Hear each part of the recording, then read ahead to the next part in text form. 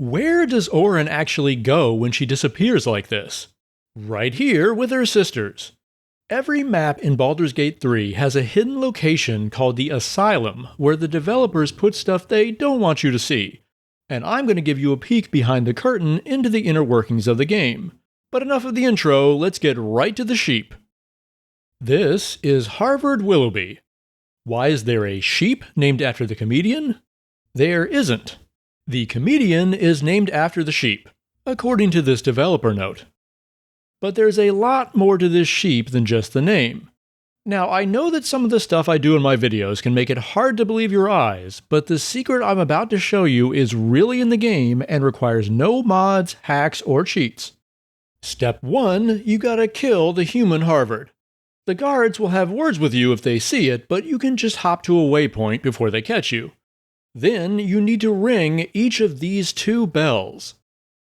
One of them is at the top of the central watchtower near the lower city's central wall waypoint. The other is in the open hand temple bell tower.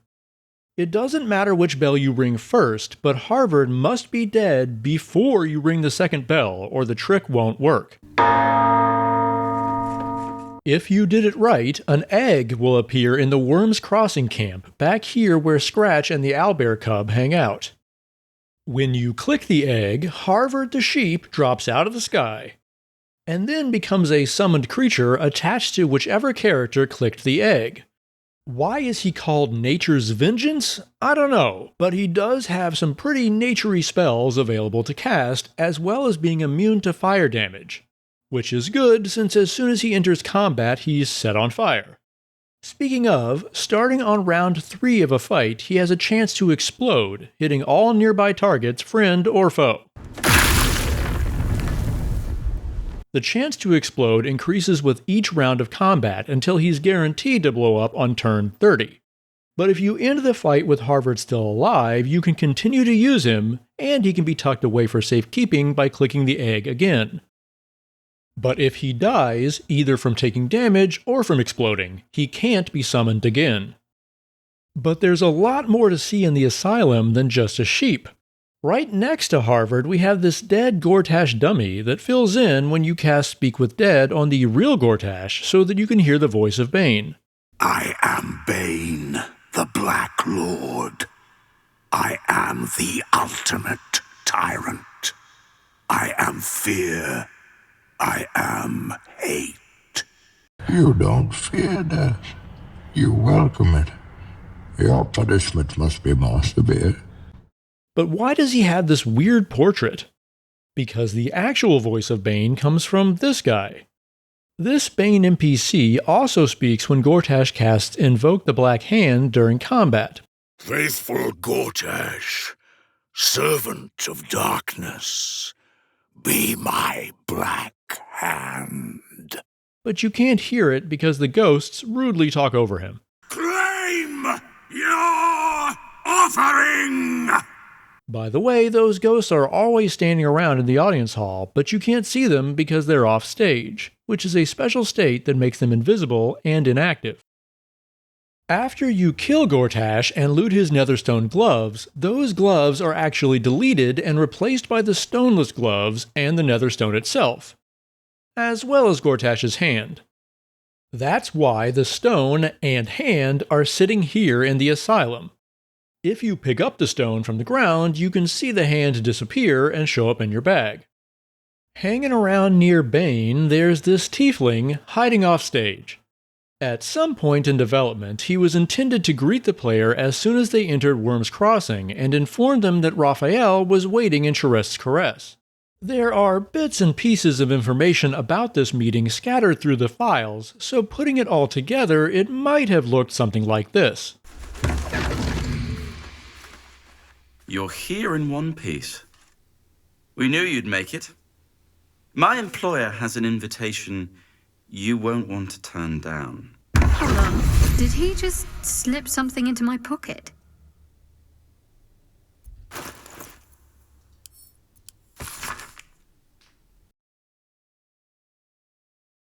As I showed earlier, there are a bunch of Orin dummies chilling up here. They're used to assist in her various transformation scenes so that she can switch appearance and voice in the middle of a dialogue. There are even more Orins in the Lower City Asylum, but we'll get there soon enough. Speaking of dummies, this copy of Fist Jara is only here so that she can say a single line in the Absolute's voice during the nymph scene. Gather, prepare, become. Waiting in this corner are the two gnomes that show up to toss a bomb at the Steel Watcher when you get scanned at the Worms Crossing checkpoint. But depending on your earlier choices, you could see a different set of gnomes instead. Eat this, you pile of junk! Do you remember the magical teleporting death journal from Act 1? Well, this is the sequel. If Will chose to break his pact with Mizora, she'll tell Florrick that Will killed the Duke and she'll show up looking for revenge. When she does, this book will teleport into her bag so that she can hand it over if you talk her down, or you can find it on her corpse if you're forced to kill her. If Florrick didn't escape from Worms Rock Prison, or she was already dead, then her replacement, Cordula Eltan, will get the book instead. If you rescue Duke Ravengard before being confronted by Florrick, or if Will asks Mizora to resurrect him after he died, the book is teleported into his bag. That way, he can be the one to hand it over when you talk to him in camp. Oh, and even before Mizora shows up in your camp, those two devilish friends of hers are already hiding off stage, peeping on Halsin. All the trouble with that book is just to get you down here into the Wormway. The statues of Balderon can all speak, so where is that voice actually coming from? Why, Balderon, of course. Though I bet you didn't know he's secretly been a half-orc all this time. On that note, the voice of Answer also doesn't come from the bony dragon itself, but rather this dragonborn ghost nearby, who has the dwarven racial passive for some reason. If Florrick did survive until Act 3, this chest is used to store her weapon while she's locked in prison. But the devs also used it as a place to get rid of this weird fake tadpole. Prior to patch 3, it was inside the chest in Gortash's office. Now there's just a regular tadpole in there. And if you're curious, the door is just an old leftover from Worms Rock Fortress and doesn't go anywhere. The crystal, ladders, and stairs aren't used for anything either, though the stairs do give you a good target for the crate flinging trick that I explained in the previous Asylum videos. The Pixie and Monk are on every map, just like this bunch of backups for the Dream Visitor and Emperor. And your real Dream Visitor is buried under the pile even after the Emperor has revealed himself. Before we move on to the Lower City Asylum, there's just a bit more to show back here, starting with this Steel Watcher. It's used just for the one time Gortash speaks to you through the Steel Watcher when you first enter Worms Rock Fortress. That way, the voice of Gortash can come out of that Steel Watcher even though speaking to this Steel Watcher still uses the normal voice. Trust me, it all makes sense. This is a cute little voiceover dummy for any time the bears talk, like the crate in the barn. And the dummy is just a copy of one of the usual bears, so it's just as explosive. Your arms would be so snug. Dribbles here is a dummy for the clown down in the circus, since he's actually a doppelganger in disguise. A corpse can be used as the source of a voice, but not when it's chopped up into pieces. This dummy is also used for the ghost of Dribbles during the murder tribunal, if you submit his hand as evidence of your murder. If you look closely, you can even see that this model is missing its hand. Though the other tribunal ghosts aren't, but we'll get to them later. There's one more thing back here, hiding off stage right next to the clown. The sculpture you can buy from Boney in the circus starts out as this guy. It's transformed into the player character, then given a specific condition that turns it to stone while striking a heroic pose. And yeah, it works on anyone. If I remove that condition from the actual sculpture, then we just get a copy of Shadowheart standing around in your camp up on a pedestal, where she belongs. The Lower City Asylum is a whole lot bigger and has its own supply of Orin dummies. This one is used so that she can briefly transform into the Dark Urge while taunting him in the Baal Temple. And the chest stores her normal items for just a few seconds, since the real Orin also transforms into the Dark Urge while her dummy is speaking. Yeah, it's confusing. The other two dummies were in the Worms Crossing Asylum with the same purpose, but this one is also used to store any items Orin copies while impersonating someone. This is how speedrunners reach this asylum by sticking a corpse in Orin's pocket while she's transformed. The real Orin never teleports to this asylum, just straight down into the Ball Temple to wait for you. But anything that was in her pocket is teleported up here into this dummy's inventory. Speaking of the Ball Temple, the Ball avatar is hanging out over here.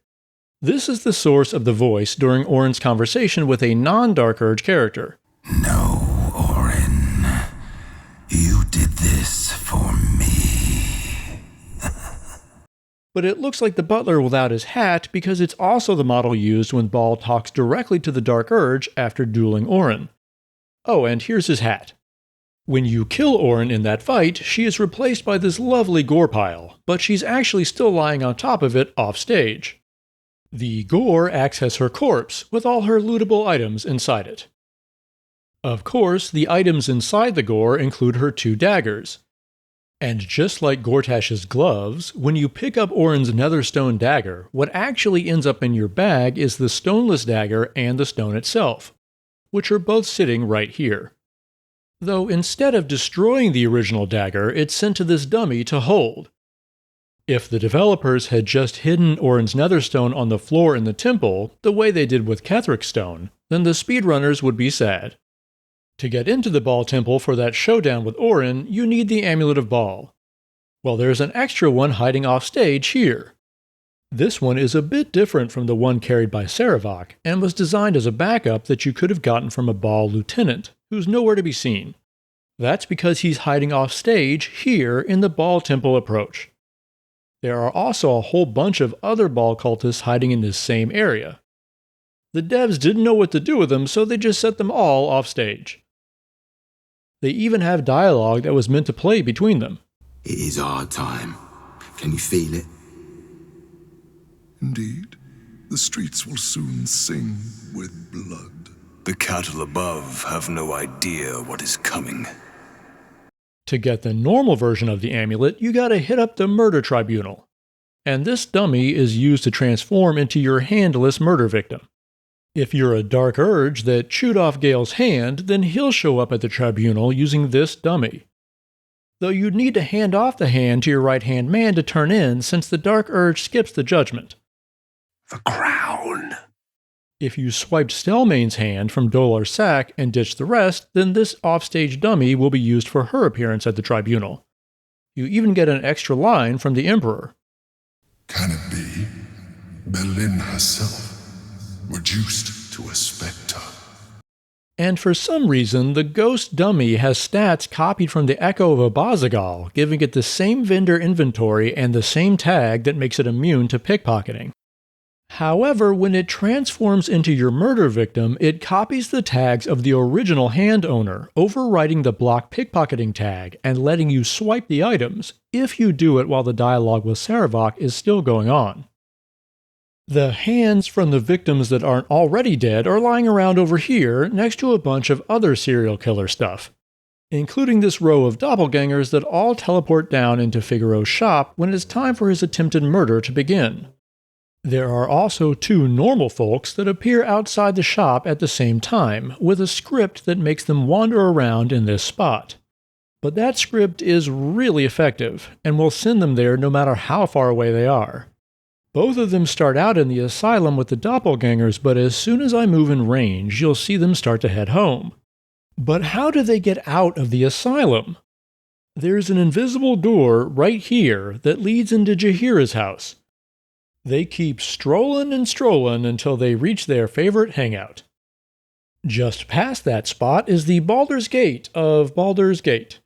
If you try to approach the gate itself, you'll get repeatedly stunned and teleported away before you can get close enough to click it. The stun effect has a DC of 99, but if you just happen to roll a 20 every time, there's just enough time to click the gate before the teleport, leading to a unique dialogue. Stop this madness. Turn back!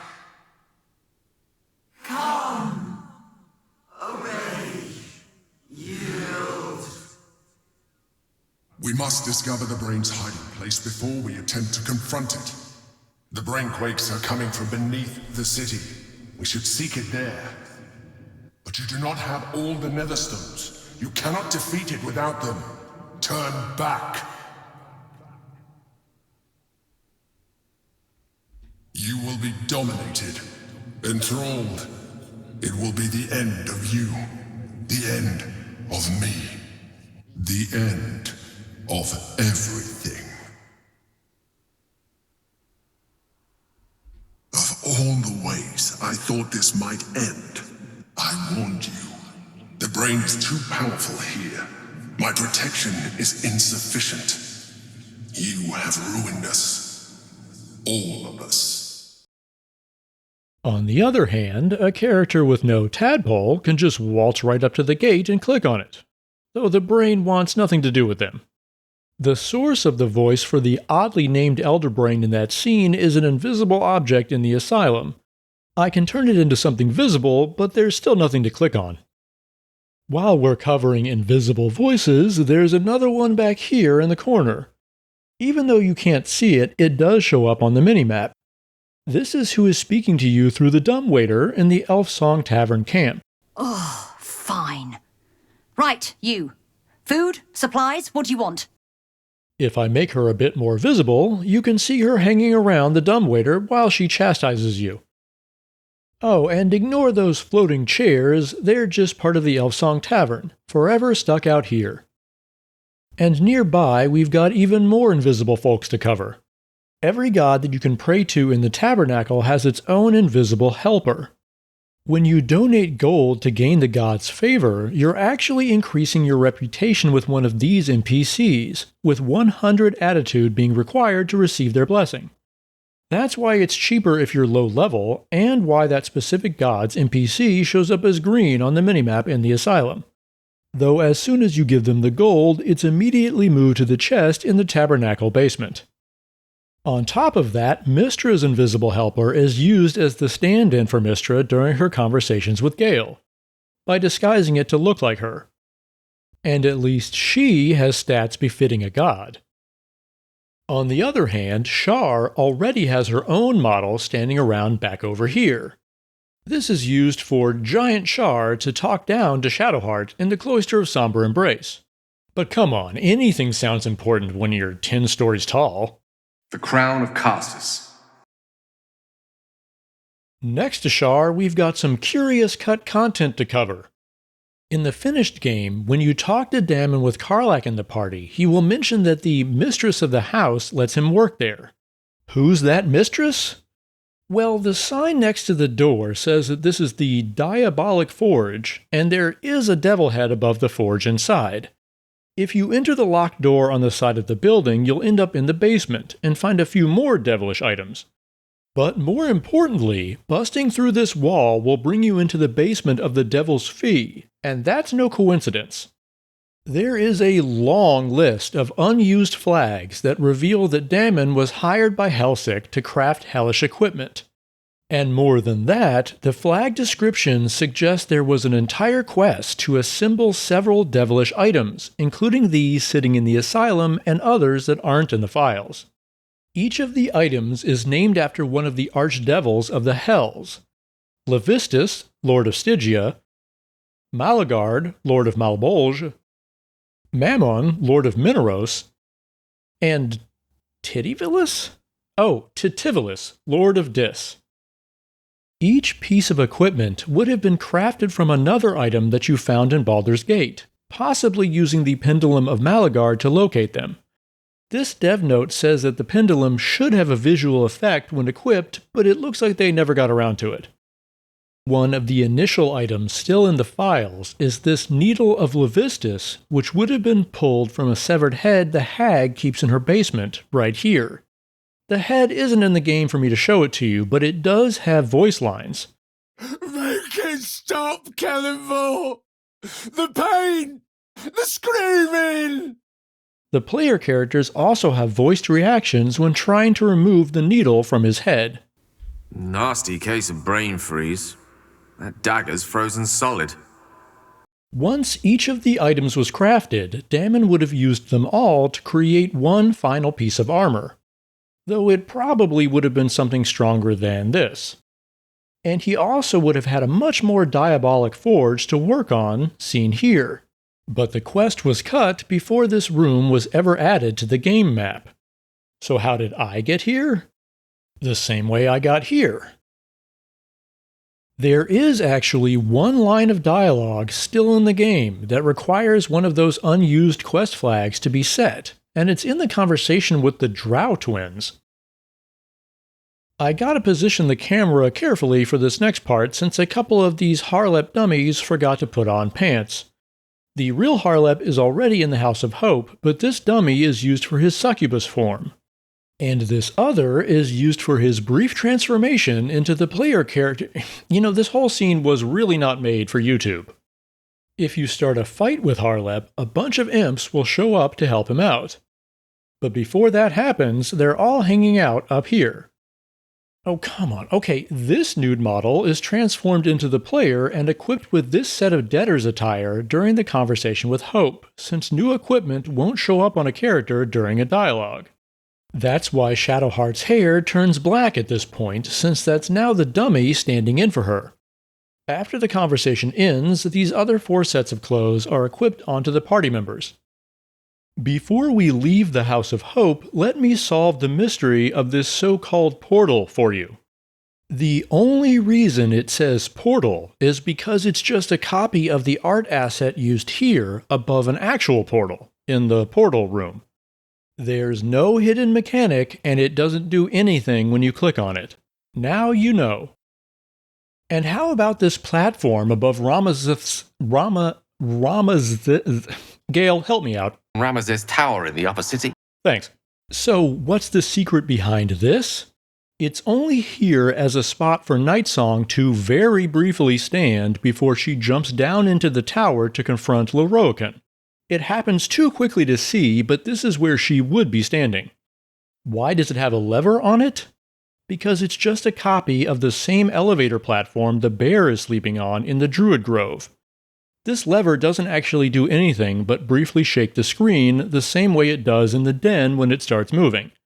There's no secret. While I'm ruining old mysteries, how about another? In this hidden area under Cazador's palace, there are a series of pressure plates used to open the doors and to open this chest, with a number of treasures in it. In earlier patches, there were extra levers spread around the room, some of them broken into pieces. But in patch 5, they removed those levers by just moving them into the asylum and setting them off stage, along with several other components of the traps, like this door. Okay, but why does the chest click when you open it? That has to be something secret, right? Nope, it's nothing. The chest, pressure plates, and traps are combined into what's called a constellation, and each object in a constellation has certain traits assigned to it. The constellation config for this chest is the same as things like buttons, which all produce a click when pressed. That's all there is to it. Also, there's no Santa Claus. Another quick bit about Cazador. If you choose to break his staff in half and leave the vampire spawn prisoners to rot, the staff isn't actually destroyed, it's just teleported into this chest in the asylum. This other chest nearby has a similar purpose for items in the Steel Watch Foundry, most notably the rune powder bomb. When you set the bomb to explode and take off with this fantastic running animation, the bomb doesn't blow up, it just pops up into this chest. Just north of the Steel Watch Foundry is this railway area. I've seen some people wondering what's across the gap, so here it is. Not much to look at, I'm afraid. Speaking of the Steel Watch Foundry, if you wait until you've already agreed to meet Gortash in the Morphic Pool to take on the Netherbrain together, then finally go to the Iron Throne, you'll get a unique line of dialogue before the usual prison break sequence begins. Intruders! Lord Gortash's orders were clear! The Iron Throne must be destroyed! Who is that Black Hand of Bane? It's this spectator, here in the Iron Throne Asylum. There's not much else to see in here other than this Omeluum dummy just used during the escape cutscene. If you show up to the Iron Throne at one of the more usual times, Gortash will speak to you on the scrying screen. That's not the real Gortash, but rather this dummy sitting around inside the prison. I know I just mentioned the Morphic Pool, but the endgame and epilogue will have to wait for another video. Thanks for watching.